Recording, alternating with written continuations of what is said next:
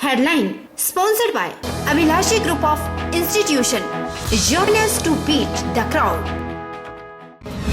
मुख्यमंत्री जयराम ठाकुर ने अटल टनल का किया दौरा। बीआरओ के अधिकारियों के साथ की टनल के निर्माण कार्य की प्रगति की समीक्षा। टनल के कार्य में शीघ्रता लाने के दिए निर्देश। प्रशासन की अनदेखी और कुदरत का कहर झेल रहे कुंडरू गांव के आधा दर्जन परिवार। हर वर्ष होता है लैंडस्लाइड, इस बार मकान गिरने की कगार पर। नालागढ़ के विधायक ने लिया मौके का जायजा। नगर निकाय के चुनावों के वार्ड आरक्षित होने पर मतदाताओं के बीच पकड़ बनाने में जुटे संभावित प्रत्याशी। 7 वार्डों के 5333 मतदाता इस बार नगर परिषद के चुनाव में लेंगे हिस्सा। और पटल मैदान में मनाया गया राष्ट्रीय खेल दिवस। हॉकी के जादूगर मेजर ध्यानचंद को याद कर दी गई श्रद्धांजलि। नशे के दुष्प्रभावों के बारे में युवा खिलाड़ियों को किया गया जागरूक। नमस्कार, आप देख रहे हैं HP 24x7। मैं हूं जनीशा। मुख्यमंत्री जयराम ठाकुर ने अटल टनल रोहतांग और सीमा सड़क संगठन के अधिकारियों के साथ टनल के निर्माण कार्य की प्रगति की समीक्षा की। इसके बाद मुख्यमंत्री ने अटल टनल रोहतांग मुख्यालय में सीमा सड़क संगठन के वरिष्ठ अधिकारियों के साथ बैठक की। अध्यक्षता करते हुए बीआरओ अधिकारियों को सुरंग को शीघ्र अंतिम रूप प्रदान करने के दिशा निर्देश दिए, ताकि सितंबर के अंत तक प्रधानमंत्री द्वारा लोकार्पण के लिए इसे तैयार किया जा सके। मुख्यमंत्री जयराम ठाकुर ने कहा कि प्रधानमंत्री इस बड़ी परियोजना के शीघ्र पूर्ण होने में विशेष रुचि दिखा रहे हैं, जो सामरिक दृष्टि से महत्वपूर्ण है। प्रदेश के लाहौल स्पीति जिला में इससे पर्यटन गतिविधियों को बढ़ावा मिलेगा और इस क्षेत्र में रोजगार और स्वरोजगार के नए अवसर सृजित होंगे।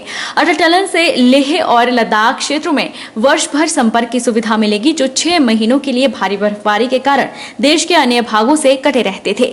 मुख्यमंत्री ने कहा कि यह परियोजना 3500 करोड़ रुपए की लागत से निर्मित होगी। उन्होंने कहा कि पीर पंजाल पर्वत श्रृंखला को काटकर निर्मित टनल से मनाली और लेह के बीच की दूरी 46 किलोमीटर कम हो गई है। लाहौल और स्पीति घाटी के लोगों के लिए यह सुरंग वरदान साबित होगी, क्योंकि भारी बर्फबारी के कारण इन क्षेत्रों का संपर्क देश के अन्य भागों से कट जाता था। उन्होंने कहा कि लद्दाख में स्थित सैनिकों को सुरंग से सभी मौसमों में संपर्क की सुविधा मिलेगी। बता दें कि अटल टनल रोहतांग में कई विशेषताएं हैं, जिसमें आपातकालीन निकासी सुरंग भी शामिल है, जिसे मुख्य सुरंग के नीचे बनाया गया है। किसी भी अप्रिय घटना के कारण मुख्य सुरंग उपयोग करने के योग्य नहीं रहती है, इसलिए आपातकालीन स्थिति में इस सुरंग का उपयोग निकासी के रूप में किया जा सकता है।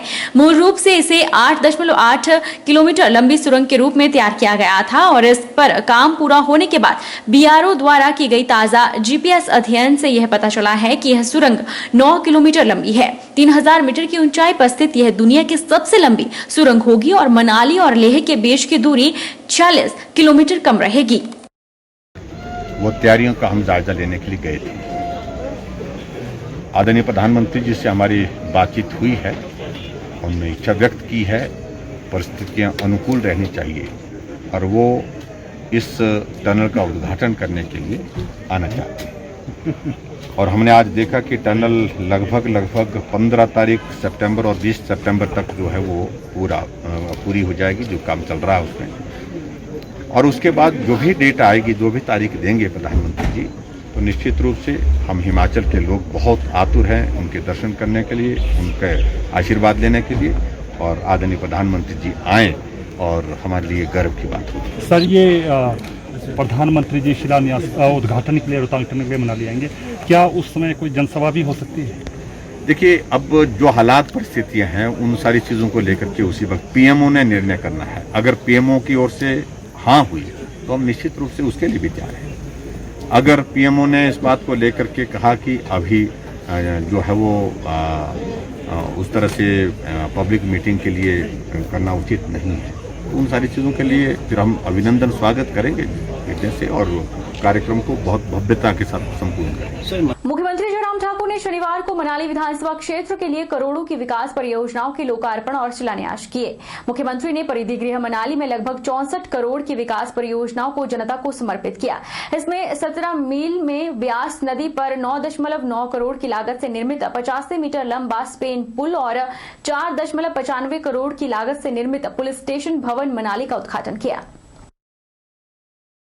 मुख्यमंत्री जयराम ठाकुर ने मनाली में लगभग 64 करोड़ की विकास परियोजनाओं को जनता को समर्पित किया। मुख्यमंत्री ने मनाली विधानसभा क्षेत्र के लिए 6 बड़ी परियोजनाओं की आधारशिलाएं रखी।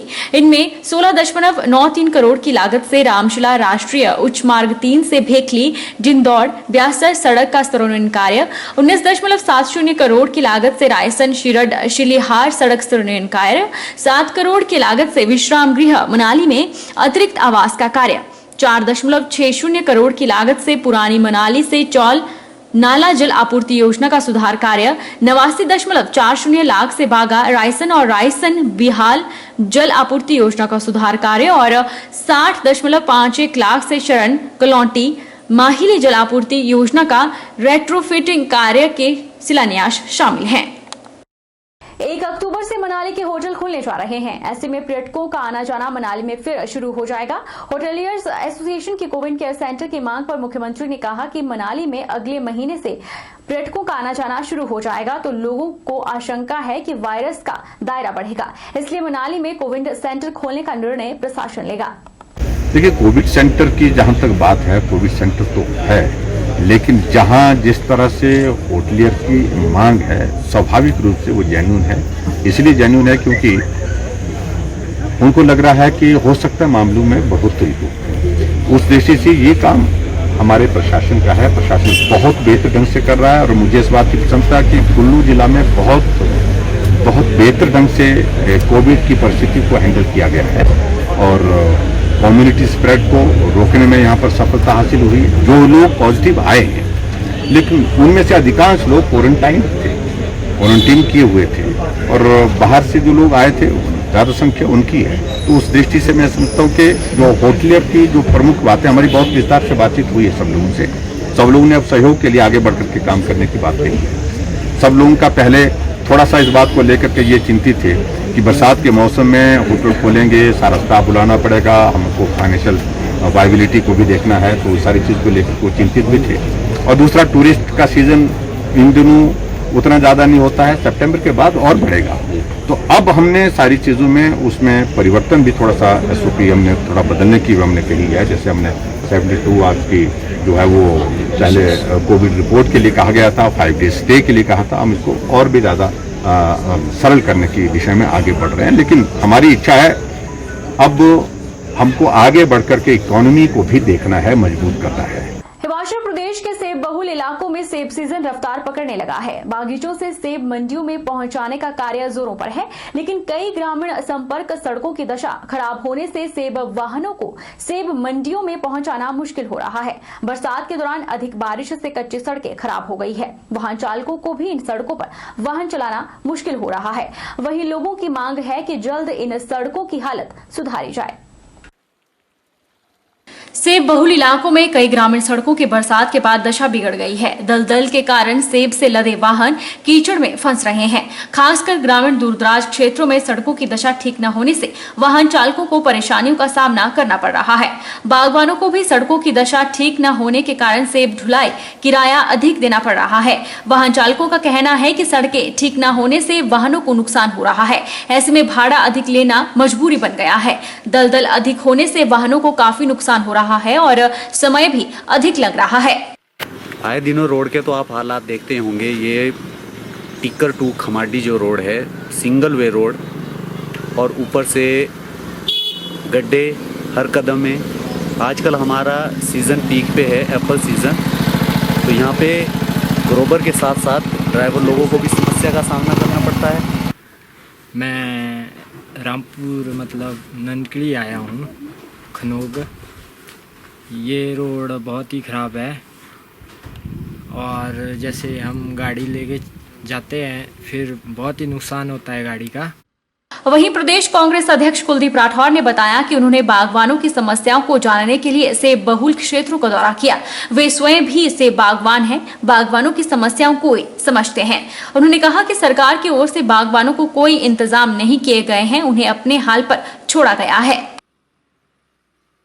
मुझे काफ़ी अच्छे से जो हमारे बागवान है, मैं खुद भी बागवान हूँ, बार बार मुझसे कह रहे थे कि बहुत सारी समस्याएं आप आकर स्वयं देखें। तो मैंने 2 दिन पूरे खेत से लेके हमारा जो लास्ट पराला मंडी है वहाँ दौरा किया।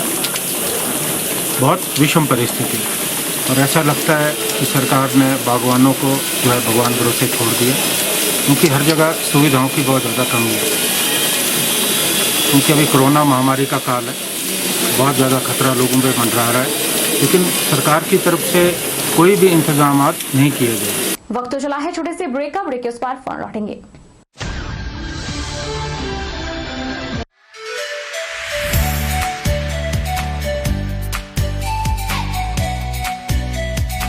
Abhilashi Group of Institution. Here you can get admission in 2020 and 21 for BTech in Civil, Mechanical, Electrical and Computer Science Engineering, Diploma in Civil, Mechanical and Electrical Engineering, B Pharmacy, B.Ed, D.L.Ed, MSc, Physics, Chemistry, Botany, A&M, GNM, BSc Nursing and Post Basic BSc Nursing courses. For detailed inquiry, please contact Abhilashi Group of Institutions near Chowk, Tehsil Badh, District Mandi, Himachal Pradesh.